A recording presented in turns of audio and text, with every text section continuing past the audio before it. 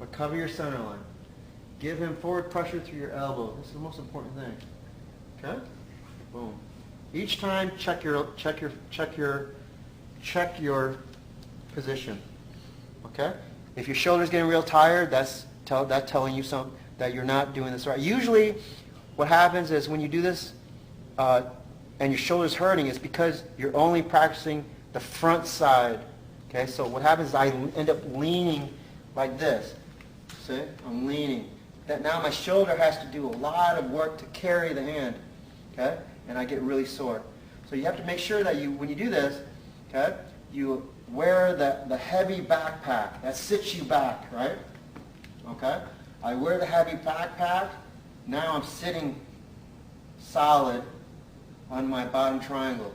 I've got a strong brick wall, and all I'm doing now is driving my elbow, focusing on my elbow. Third stick, soft as a blade of grass, just making sure that it's in the correct alignment. Okay? And John should be doing the same thing. All right? Then the other side, I'm going to be in Fuku Sao now. Okay? John is in Bong Sao. Okay? Now he drops his elbow and he drills in, and I do the same. See? I attack him. I meet his energy. Then come up. Yeah. This Fuku Sao is really important because it covers, this is your defending arm. So when you drop, okay, I have to make sure my elbow's not out. My elbow's out, he has an easy chance to come in. Okay? So from here, okay, elbow has to be in. This Fuku Sao arm, very important, has to be in the middle. Okay? Bong Sao, then drop, Fuku Sao, drop, then Bong Sao. Yeah. Okay? So each time, making sure that you check the hand position each time you cycle. Okay? Elbows in. I'm attacking his center, right, through my elbow, right? Okay? And that forward energy, see, I close this gap. He comes forward. His forward triangle, or his third triangle comes forward. My third triangle goes forward. Okay? The power comes from the elbow, and driven by the body structure behind the elbow, right? Okay? That forward intent is what stops the slippage, okay? And also stops him from attacking, coming into my center, okay? So you got to have that. That's very important, okay? You have to constantly fill in that space between our hands with our body. Okay, drop? Yeah. Okay? So now we do both hands, okay? And we just practice, okay? What you don't want to practice is side to side. I see a lot of this on YouTube. They just go like this, okay? Yeah, just cycle, cycle, cycle. But there's no forward intent, right? Okay, or they go really fast, right? Okay, right? There's no forward pressure, okay? Then usually one guy will, because there's no forward pressure, okay, this has now become the speed game, okay, speed. So now, all I do is, whenever I want, I just go in. I go, and then I go something really, really fancy, right? Okay? But it's silly, okay? It's silly. Because those individuals who practice Chi Sao that way,